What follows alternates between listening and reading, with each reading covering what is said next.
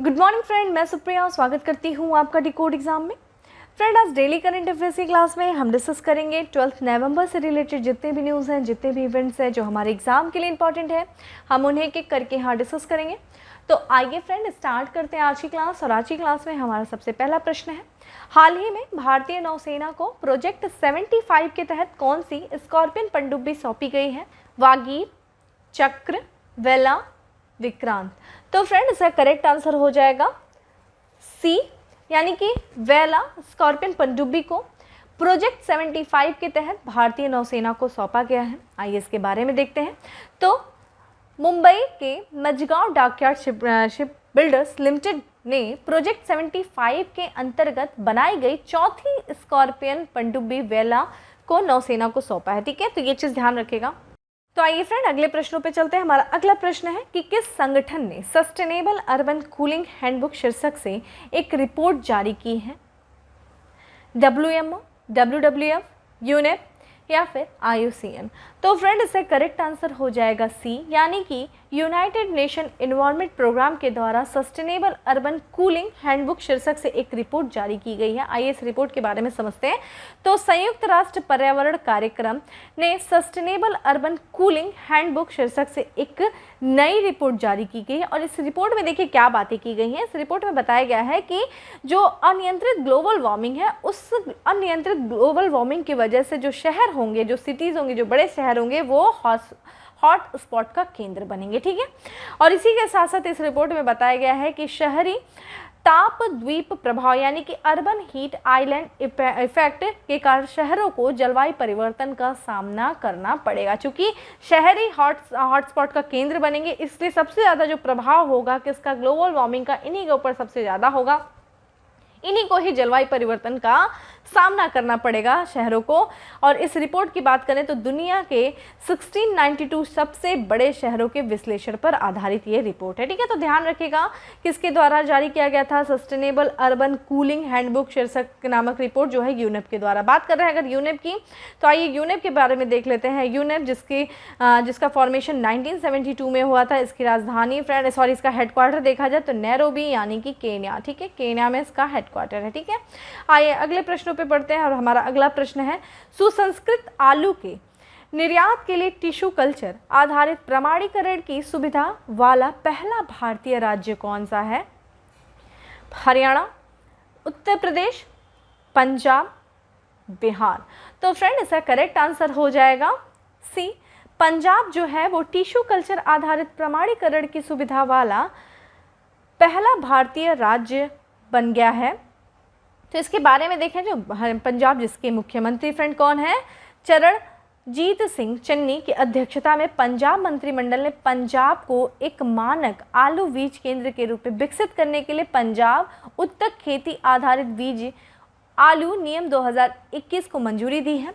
इस निर्णय के साथ ही देखा जाए पंजाब जो है वो टिश्यू कल्चर आधारित प्रमाणीकरण की सुविधा वाला पहला भारतीय राज्य बन गया, जो पंजाब के जालंधर कपूरथला क्षेत्र को आलू के निर्यात के केंद्र में विकसित करेगा। ठीक है फ्रेंड, टिश्यू कल्चर के बारे में आप थोड़ा सा गूगल सर्च कर लेना, थोड़ा इसके बारे में देख लेना काफ़ी ज़्यादा, क्योंकि करंट अफेयर्स की क्लास है, इसमें यहाँ पे बताना बहुत ज़्यादा लेंदी हो जाएगा टिश्यू कल्चर के बारे में कि ये क्या तकनीकी है। लेकिन हाँ, यहाँ पर मैं आपको ये बता सकती हूँ कि इस तकनीकी फ़ायदे क्या होंगे फ्रेंड। तो इस तकनीकी के अगर फ़ायदों के बारे में बात करें तो इस तकनीकी से ऐसे पौधे मिलते हैं जो किसी भी तरह के जो कीट हैं, जो रोग से, वो पूरी तरीके से मुक्त होते हैं। और साथ ही अगर बात किया जाए तो इसमें जो होता है, ऐसे जो टिश्यू कल्चर से संबंधित जो पौधे होते हैं, जो उस पर आधारित जो पौधे होते हैं, उनकी जो वृद्धि होती है ना, उनके विकास की जो एक ही तरह से वो विकास करते हैं। और जब एक ही तरह से वो विकास करेंगे तो इनकी क्या होगी, जिससे उनके उत्पादन की भी जो है बढ़ोतरी हो, जो अच्छी बढ़ोतरी देखने को मिलता है। और इसी के साथ साथ देखा जाए तो कम समय में भी फसलें जो हैं वो तैयार हो जाती हैं, किससे, टिश्यू कल्चर से। तो थोड़ा सा टिश्यू कल्चर के बारे में आप देख लेना। बाकी अगर हम इसके बारे में बात कर रहे हैं तो इतना ही काफ़ी था। बाकी हम लोगों ने देख लिया। पंजाब जिसकी राजधानी फ्रेंड क्या है, चंडीगढ़ है, मुख्यमंत्री कौन है, चरणजीत सिंह चन्नी है। ठीक है, चलिए आप गवर्नर का नाम मुझे कमेंट बॉक्स में बताइए। अगले प्रश्नों पे चलते हैं। हमारा अगला प्रश्न है, निम्नलिखित में से किस मंत्रालय के द्वारा स्माइल योजना तैयार की गई? महिला एवं बाल विकास मंत्रालय, जनजातीय मंत्रालय, अल्पसंख्यक मंत्रालय, सामाजिक न्याय और अधिकारिता मंत्रालय। तो फ्रेंड इसका करेक्ट आंसर हो जाएगा डी, सामाजिक न्याय और अधिकारिता मंत्रालय के द्वारा स्माइल योजना तैयार की गई है। आइए इसके बारे में देख लेते हैं। तो सामाजिक न्याय और अधिकारिता मंत्रालय द्वारा स्माइल यानी कि आजीविका और उद्यम के लिए सीमांत व्यक्तियों हेतु समर्थन। देखिए स्माइल का आपको फुल फॉर्म पता होना चाहिए। स्माइल यानी कि support for marginalised individual for livelihood and enterprise, ठीक है। जो मार्जिनाइज्ड हो जाते हैं, ठीक है, उनके लिए एक तरीके से उनकी लाइवलीहुड के लिए ये जो है योजना चलाई गई। किसके द्वारा? सामाजिक न्याय और अधिकारिता मंत्रालय के द्वारा। और इस योजना के तहत देखा जाए, इस योजना में जो ध्यान दिया जाएगा, किन किन क्षेत्रों में ध्यान दिया जाएगा, उनके पुनर्वास के लिए, चिकित्सा सुविधाओं का प्रावधान के लिए, परामर्श है, बुनियादी दस्तावेज, शिक्षा, कौशल विकास, आर्थिक संबंध आदि पर केंद्रित जो है किया जाएगा। इस योजना के तहत जो है इन सब बातों पर ध्यान जो है वो केंद्रित किया जाएगा, ठीक है। और इसी के साथ साथ देखा जाए योजना को जो क्रियान्वित किया जा रहा है किसके किसके सहयोग से, तो ये योजना जो है योजना को राज्यों तथा संघ राज्य क्षेत्रों की सरकारों और साथ ही साथ स्थानीय शहरी निकायों, स्वैच्छिक जो है आपके संगठनों, समुदाय आधारित जो संगठन है, कम्युनिटी बेस्ड जो ऑर्गेनाइजेशन है और संस्थानों और अन्य के सहयोग से जो है वो लागू किया जाएगा, ठीक है। तो आइए अगले प्रश्न पे बढ़ते हैं। हमारा अगला प्रश्न है कि निम्नलिखित में से किस मंत्रालय के द्वारा युक्त धारा पोर्टल लॉन्च किया गया? ग्रामीण विकास, पंचायती मंत्रालय, राज्य मंत्रालय, जनजातीय मंत्रालय, वित्त मंत्रालय, सहकारिता मंत्रालय। तो फ्रेंड इसका करेक्ट आंसर हो जाएगा ए, यानी कि ग्रामीण विकास और पंचायती राज्य मंत्रालय के द्वारा युक्त धारा पोर्टल जो है वो लॉन्च किया गया है।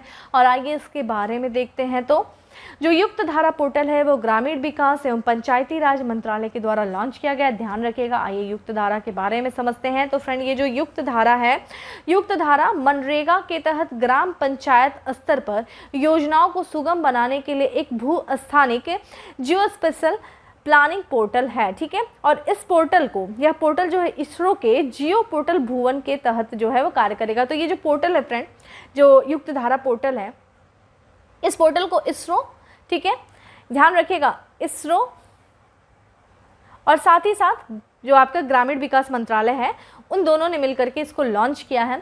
और इस पोर्टल के बारे में अगर हम बात करें तो इस पोर्टल की मदद से क्या होगा, जितने भी जो मनरेगा के तहत जो कार्य चल रहे हैं, जितने भी मनरेगा के तहत जो संपत्ति दर्ज है, उन सब की जानकारी जुटाई जाएगी। किसके तहत? जो कि भुवन से ये जो है ना इसके तहत कार्य कर रहा है। और साथ ही साथ इस पोर्टल के जरिए देखा जाए फ्रेंड, जो फील्ड होते हैं ना, उनके जो फ़ोटो ली जा सकती है, फील्ड की फ़ोटो ली जा सकती है, जुटाई जा सकती है। और फ्रेंड जब आप किसी भी फील्ड की फ़ोटो जुटा सकेंगे, तो जब उस फील्ड से संबंधित अगर कोई कार्य करना है और उस कार्य के द्वारा अगर उस कार्य के लिए अगर किसी विभाग के द्वारा, किसी मंत्रालय के द्वारा कोई योजना चलाई जा रही है, तो इस पोर्टल के द्वारा जो फ़ोटो खींची जाएगी, उस फोटो के सहायता से, उसकी मदद से उन सब विभिन्न योजनाओं का सही से क्रियान्वयन किया जा सकेगा। तो देखा जाए तो इस फोटो के जरिए, इस फोटो के आधार पर अलग अलग जो सरकारी विभाग की जो योजनाएं हैं उनको सफल बनाया जा सकता है। यानी कि उस फील्ड में कौन सी योजनाएं कारगर होंगी, उस योजनाओं का प्रॉपर तरीके से इंप्लीमेंट किया जाएगा। और जब प्रॉपर तरीके से इंप्लीमेंट किया जाएगा विभिन्न विभागों के द्वारा बनाई गई योजनाओं का, तो एक तरीके से उस क्षेत्र का भी विकास होगा। साथ ही साथ जो सरकार के द्वारा जो योजनाएं बनाई जाती हैं, उन योजनाओं का सही से क्रियान्वयन करके उन योजनाओं को भी सफल बनाया जा सकेगा, ठीक है। तो यही इसका एक तरीके से उद्देश्य है। तो इस तरीके से देखा जाए इस पोर्टल का उपयोग करके जितनी भी जो नई मनरेगा संपत्तियों को क्या किया जाएगा, सुविधाजनक बनाने में मदद किया जाएगा। जो इस पोर्टल का उपयोग करके जो है जितने भी नई मनरेगा संपत्तियां हैं उनको सुविधाजनक बनाने में मदद मिलेगी। और साथ ही साथ इस पोर्टल से जो कि क्षेत्र की जो बारे में हमने बताया कि जब सही से उनके योजनाओं को क्रियान्वित किया जाएगा तो इससे कृषि क्षेत्र के विकास में भी काफ़ी मदद मिल सकेगी, ठीक है। तो ये था हमारा जो था पोर्टल था। आइए इसके बारे में हम और देख लेते हैं कि यह पोर्टल जो है, यह प्लेटफॉर्म विभिन्न राष्ट्रीय ग्रामीण विकास कार्यक्रमों यानी कि मनरेगा, एकीकृत वाटरशेड प्रबंधन कार्यक्रम, पर ड्रॉप मोर क्रॉप, राष्ट्रीय कृषि विकास योजना आदि के अंतर्गत बनाई गई परिसंपत्तियां के भंडार के रूप में कार्य करेगा, ठीक है। ये चीज़ समझ गए होंगे आप। चलिए आप मुझे कमेंट बॉक्स में मनरेगा के बारे में बताइए कि मनरेगा जो है वो उसका शुरुआत कब किया गया, मनरेगा के फुल फॉर्म के बारे में बताइए, मनरेगा के बारे में बताइए कि कैसे इसके नाम में किस वर्ष परिवर्तन किया गया, शुरुआत में इसका क्या नाम था, और ये योजना जो है किसके तहत चलाई जा रही है, इस योजना के अंतर्गत कौन कौन से उद्देश्य जो है वो शामिल है इसका, ये सारी चीज़ें आप मुझे बताइए मनरेगा के बारे में। चलिए अगले प्रश्नों पर चलते हैं कि हाल ही में चर्चा में रहा शिकागो कन्वेंशन किससे संबंधित है, बहुत इंपॉर्टेंट प्रश्न है। तो वायु प्रदूषण पर नियंत्रण, अंतर्राष्ट्रीय नागरिक उड्डयन, अंतर्राष्ट्रीय व्यापार सुगमता या फिर महिला सशक्तिकरण। तो फ्रेंड इसका करेक्ट आंसर हो जाएगा बी, अंतर्राष्ट्रीय नागरिक उड्डयन से संबंधित है शिकागो जो कन्वेंशन है। ठीक है, आइए इसके बारे में देखते हैं क्या है ये।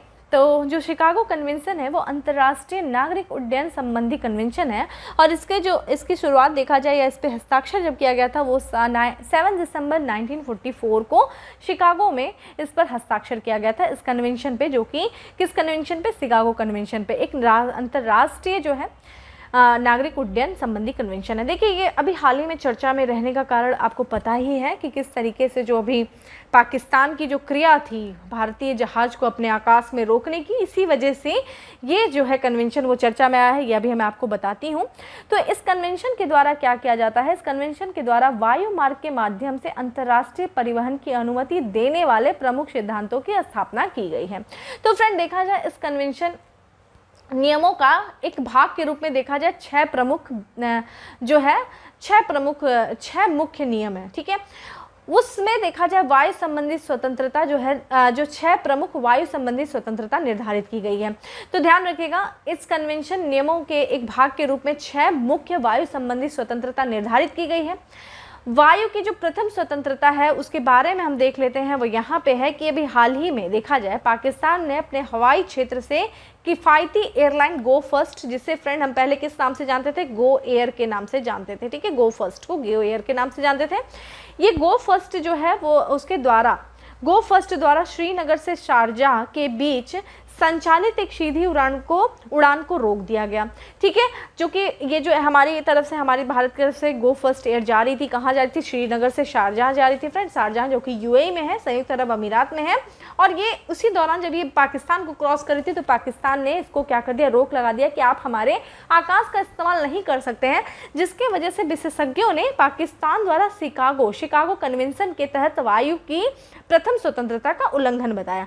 ठीक है, तो वायु की जो प्रथम स्वतंत्रता है उसके तहत क्या बात की गई है कि जो भी शिकागो कन्वेंशन के तहत जिसने भी साइन किया है, हस्ताक्षर किया है, उस देश को वायु की प्रथम स्वतंत्रता का अनुपालन करना होगा। इसके तहत बताया गया है कि एक देश की एयरलाइन को दूसरे देश पर से उड़ान भरते हुए तीसरे देश में प्रदान करती है। ठीक है, तो अगर एक देश से हम तीसरे देश में मतलब जा रहे हैं तो बीच में मान लीजिए जैसे आप भारत से आप फ्रांस जाना है आपको, ठीक है, अभी जैसे यूएई जा रहे हैं तो बीच में जो देश पड़ रहे हैं वो क्या करेंगे, आपको अनुमति देंगे अगर आपने इस कन्वेंशन पे साइन किया। लेकिन पाकिस्तान ने क्या कर दिया, रोक लगा दिया। तो ये एक तरीके से इस कन्वेंशन का उल्लंघन हो गया। यही बात, इसीलिए शिकागो कन्वेंशन जो है वो चर्चा में रहा है, ध्यान रखिएगा, बहुत इंपॉर्टेंट है। शिकागो, यहाँ पे देखिए फ्रेंड, शारजाह जो कि यूएई में है, और इसको वर्ष 2019 में, ठीक है, वर्ष 2019 में यूनेस्को वर्ल्ड बुक कैपिटल जो है वो बनाया गया था। कमेंट बॉक्स में आप बताइए कि मुझे 2022 में जो वर्ल्ड बुक कैपिटल है वो कौन सी सिटी होगी। आइए अगले प्रश्नों पे चलते हैं। अगला प्रश्न है हमारा, COP26 पुरस्कार जीतने वाला एकमात्र भारतीय राज्य कौन बना? केरल, तमिलनाडु, महाराष्ट्र, गुजरात। तो फ्रेंड इसका करेक्ट आंसर हो जाएगा सी, महाराष्ट्र जो है वो पर्यावरण बचाने के लिए जो उसके द्वारा जो उठाए गए जो ठोस कदम है उसके लिए उसको इस पुरस्कार से सम्मानित किया गया, COP26 पुरस्कार से। ठीक है, COP26 जो कि ग्लासगो में आयोजित हुआ था, आपको पता ही है। तो महाराष्ट्र COP26 पुरस्कार जीतने वाला एकमात्र भारतीय राज्य बन गया है, और महाराष्ट्र को under 2 coalitions for climate action for inspiring regional leadership award से सम्मानित किया गया है। ठीक है, और यहाँ पे देखा जाए तो जो उपराष्ट्रीय स्तर पर जलवायु को बचाने की दिशा में महाराष्ट्र के प्रयासों को अंडर 2 कोएलिशन द्वारा जो मान्यता दी गई है, और इसके तहत जो अंडर 2 कोएलिशन पेरिस समझौते के अनुरूप महत्वाकांक्षी जलवायु कार्रवाई के लिए प्रतिबद्ध राज्यों, क्षेत्रीय राज्यों को एक वैश्विक समुदाय है। ठीक है, पेरिस समझौता 2005 में हुआ था 2015 में हुआ था, COP21 के दौरान हुआ था। तो इसके दौरान जो कुछ भी प्रतिबद्धता, जो कुछ भी बातें की गई थी, जो वादे किए थे, उसके अनुरूप जो राज्य कार्य करते हैं, जो देश कार्य करते हैं, उनको सम्मानित किया जाता है। तो भारत का एकमात्र अभी जो राज्य बना है वो महाराष्ट्र बना है, ठीक है, जो कि उसके द्वारा जो कुछ भी ठोस कदम उठाए गए हैं पर्यावरण को बचाने के लिए, उसके लिए उसको आयोजित जो है सम्मानित किया गया है। तो जो कि COP26 का आयोजन फ्रेंड कहाँ हुआ था, ग्लासगो में हुआ था। और हम लोगों ने लगातार इसके बारे में बात किया था, ठीक है, यूके में है ना, स्कॉटलैंड की ये राजधानी है, शहर एक तरीके से। तो यहाँ पे देखा जाए हाल ही में कौन सा देश अंतर्राष्ट्रीय सौर गठबंधन में शामिल हुआ है? Japan, Singapore, Mexico, America. तो फ्रेंड इसका करेक्ट आंसर हो जाएगा अमेरिका जो है वो अंतर्राष्ट्रीय सौर गठबंधन में शामिल हुआ है। बहुत इंपॉर्टेंट न्यूज़ है ये। तो अमेरिका अंतर्राष्ट्रीय सौर गठबंधन यानी कि इंटरनेशनल सोलर अलायंस में शामिल होने वाला कौन सा देश बन गया है? 101वां देश जो है वो बन गया है। अंतर्राष्ट्रीय सौर गठबंधन जिसकी शुरुआत देखा जाए किसके द्वारा की गई थी? भारत और फ्रांस के द्वारा की गई थी। कब किया गया था? 30 नवंबर 2015 में। कब, कहाँ पे किया गया था? पेरिस में किया गया था। और ये एक अंतरराष्ट्रीय अंतर सरकारी गठबंधन है, ठीक है। COP21 के दौरान किया गया था फ्रेंड, हम लोगों ने अभी बात किया। उसी दौरान जो है अंतर्राष्ट्रीय सौर गठबंधन की जो है वो शुभारंभ किया गया था भारत और फ्रांस के द्वारा। उसका हेडक्वार्टर फ्रेंड कहाँ है? गुरुग्राम में है, गुरुग्राम, ठीक है, हरियाणा में, भारत में है ये, ठीक है। और यहाँ पे बात करें इस गठबंधन की जो शुरुआत थी, इसका गठबंधन का जो उद्देश्य क्या था फ्रेंड? जितने की जो सौर ऊर्जा की जो है उसकी खपत को बढ़ाना, खपत के लिए कार्य करना, जितना भी ज़्यादा से ज़्यादा हो सके सौर ऊर्जा को बढ़ावा देना, ठीक है। और उसी के साथ साथ क्या था कि जितने भी जीवाश्म ईंधन पे जो निर्भरता है उसको कम करने के उद्देश्य से इस गठबंधन की शुरुआत किया गया था। और इस गठबंधन के जो सदस्य देश हैं उसमें देखा जाए जो अधिकांश देश है वो जो देश हैं वो धूप वाले देश हैं, या फिर ये जो कि आंशिक रूप से जो है या फिर पूरी तरीके से जो कर्क रेखा और मकर रेखा के बीच में जो स्थित देश हैं वही क्या है इसमें इसके सदस्य हैं। लेकिन अभी हाल ही में इसमें संशोधन किया गया, अन्य देशों को भी इस गठबंधन में शामिल किया जा रहा है, जिसको देखें कि अमेरिका भी अभी हाल ही में शामिल हुआ, ठीक है। जो बिडेन डोनाल्ड ट्रंप के समय देखा जाए तो इसको इन्होंने इससे पीछे हट गए थे वो, लेकिन अभी जो वहाँ के वर्तमान में जो राष्ट्रपति हैं जो बिडेन, उन्होंने इसका फैसला लिया और 101वां सदस्य के रूप में वो शामिल हो गए। तो जलवायु के लिए अमेरिका के राष्ट्रपति के विशेष दूत जॉन कैरी ने सौर नियंत्रित वाले दृष्टिकोण के माध्यम से वैश्विक ऊर्जा संक्रमण को उत्प्रेरित करने के लिए नवंबर 2021 में ISA यानी कि इंटरनेशनल सोलर अलायंस फ्रेमवर्क समझौते पर हस्ताक्षर किया है, ठीक है। चलिए आज के आखिरी प्रश्न पे बढ़ते हैं और हमारा आखिरी प्रश्न है कि हाल ही में किस देश द्वारा COP26 में इलेक्ट्रॉनिक वाहनों के लिए ई-अमृत पोर्टल लॉन्च किया गया? बांग्लादेश, श्रीलंका, नेपाल, भारत। तो correct answer is D, Bharat के द्वारा इलेक्ट्रॉनिक वाहनों के लिए ई पोर्टल जो है ई-अमृत पोर्टल लॉन्च किया गया। कहाँ किया गया? COP26 जो कि ग्लासगो में आयोजित हुआ। तो भारत जो है जो कि ग्लासगो में आयोजित COP26 शिखर सम्मेलन में देखा जाए इलेक्ट्रॉनिक वाहनों के लिए ई पोर्टल ई-अमृत पोर्टल जो है वो लॉन्च किया है। और ये जो पोर्टल है, ये जो वेबसाइट है, उसमें इलेक्ट्रॉनिक वाहनों के बारे में सभी जानकारियों के लिए वन स्टॉप डेस्टिनेशन है ये, ठीक है। तो इलेक्ट्रॉनिक वाहनों से संबंधित आपको जितनी भी जानकारी लेना है आप इस पोर्टल पे, कौन से पोर्टल पे? ई-अमृत वेब पोर्टल पे आप जा सकते हैं और वहाँ एक तरीके से आप सारी जानकारी जो है आपको मिल सकती है, ठीक है। इस पोर्टल के बारे में बात करें तो ये जो पोर्टल है वो यूके सरकार यानी कि यूनाइटेड किंगडम सरकार के सहयोगात्मक ज्ञान विनिमय कार्यक्रम के तहत और यूके भारत संयुक्त रोडमैप 2030 के हिस्से के रूप में नीति आयोग द्वारा विकसित और होस्ट किया जा रहा है, ठीक है। चलिए इस तरीके से था आज का हमारा सेशन, जिसमें से हमने 3 जो अभी तक के 10 जो है MCQs डिस्कस कर लिए। अब आ जाते हैं फैक्ट्स ऑफ द डे पे, जिसमें हमारा सबसे पहला फैक्ट्स ऑफ द डे है कि विश्व उर्दू दिवस मनाया गया। कब मनाया गया? 9 नवंबर को मनाया गया। पुस्तक है जिसका नाम है the sage with to horn, कि उसकी लेखिका देखिए कौन है? सुधा मूर्ति हैं, ठीक है। सुधा मूर्ति जो कि इन्होंने पुस्तक लिखी है, क्या नाम है? The sage with to horn. पुरुषों के T20 विश्व कप मैच में 3000 रन बनाने वाले दुनिया के तीसरे क्रिकेटर बन गए हैं रोहित शर्मा। और कमेंट बॉक्स में आप बताएंगे कि वो 2 अन्य कौन से क्रिकेटर हैं जिन्होंने T20 विश्व कप में सबसे ज़्यादा जो रन उन्होंने बनाया है। नेक्स्ट है इंटरनेशनल ह्यूमन राइट फाउंडेशन ने संयुक्त राष्ट्र प्रतिनिधि नियुक्त किया। किसे किया? स्पेनी यार्ड डैनियल डेलवेल को, ठीक है। अगला है अंतर्राष्ट्रीय जिम्नास्टिक फेडरेशन या फेडरेशन इंटरनेशनल डी जिम्नास्टिक के अध्यक्ष के रूप में फिर से चुना गया है। किसे चुना गया है? मोरीनारी वतनबे को, ठीक है। मोरीनारी वतनबे को अंतर्राष्ट्रीय जिम्नास्टिक फेडरेशन के अध्यक्ष के रूप में फिर से चुना गया है। अक्टूबर के लिए ICC player of the month चुना गया किसे? पाकिस्तान के आसिफ अली को और आयरलैंड की लारा डेलानी को। ठीक है, वीक है, कौन सा वीक है? International week of science and peace. कब से कब तक मनाया जा रहा है? 9 नवंबर से लेकर के 14 नवंबर के बीच में मनाया जा रहा है, जो कि अभी चल रहा है। इसी से संबंधित डे भी है हमारा, जो कि है शांति और विकास के लिए विश्व विज्ञान दिवस, world science for piece and development, जो कि मनाया गया, कब मनाया गया? 10 नवंबर को मनाया गया। देश के अगले नौसेना प्रमुख के रूप में नियुक्त किया गया, किसे नियुक्त किया गया? Vice admiral R Hari Kumar को नियुक्त किया गया। केंद्रीय औद्योगिक सुरक्षा बल सीआईएसएफ के अगले प्रमुख नियुक्त किए गए हैं, जिनका नाम है शीलवर्धन सिंह। ठीक है, इस तरीके से था हमारा 10 फैक्ट्स ऑफ द डे। अब आ जाते हैं हम उत्तर प्रदेश स्पेशल। उत्तर प्रदेश स्पेशल में देखा जाए तो हाल ही में उत्तर प्रदेश के वृंदावन में जिस नंबर के हुनर हाट का उद्घाटन किया जा रहा है, 31वें, ठीक है, तो 31वें हुनर हाट का आयोजन किया जा रहा है उत्तर प्रदेश के वृंदावन में। ठीक है, वहीं देखा जाए तो क्यूएस वर्ल्ड यूनिवर्सिटी रैंकिंग 2021 में आईआईटी कानपुर की रैंक है 277 है। ठीक है, उत्तर प्रदेश के जिन 2 हवाई अड्डों का निजीकरण किया गया है, उसका नाम क्या है? कुशीनगर और वाराणसी हवाई अड्डे का। ठीक है, अगला है हमारा एल्डर लाइन योजना किस राज्य से संबंधित है? उत्तर प्रदेश राज्य से संबंधित है। उत्तर प्रदेश पिछड़ा वर्ग आयोग के अध्यक्ष बने, कौन बने? जसवंत सैनी को बनाया गया। ठीक है, तो इस तरीके से था हमारा आज का एमसीक्यूज, जिसके दौरान हमने आपसे कुछ क्वेश्चंस को डिस्कस किया और साथ ही साथ आपसे कुछ प्रश्नों को भी पूछा। उम्मीद है आप हमें आंसर करेंगे। बाकी हमने 10 फैक्ट्स ऑफ द डे को देखा और साथ ही साथ हमने उत्तर प्रदेश स्पेशल को देखा। बाकी अगर आपको जो इसकी पीडीएफ चाहिए तो आप डेली करंट अफेयर्स की पीडीएफ जो है वो टेलीग्राम ग्रुप में मिल सकती है। आप टेलीग्राम में जाइए और वहाँ पे डिकोड एग्जाम को ज्वाइन कर लीजिए। ठीक है, डिकोड एग्जाम को ज्वाइन करते ही आपको डिकोड से संबंधित जितने भी अपडेट्स हैं वहाँ अवेलेबल होंगे, जितने भी वीडियो संबंधित, जितने भी लेक्चर से संबंधित पीडीएफ जो है वहाँ पे अवेलेबल हो सकती है। आप वहाँ पे जा करके वो डाउनलोड कर सकते हैं और साथ ही साथ आप रिविजन कर सकते हैं। बाकी सेशन अच्छा लगा हो तो लाइक करना नहीं भूलें, ज़्यादा से ज़्यादा शेयर करें और साथ ही सब्सक्राइब करें हमारे डिकोड चैनल को।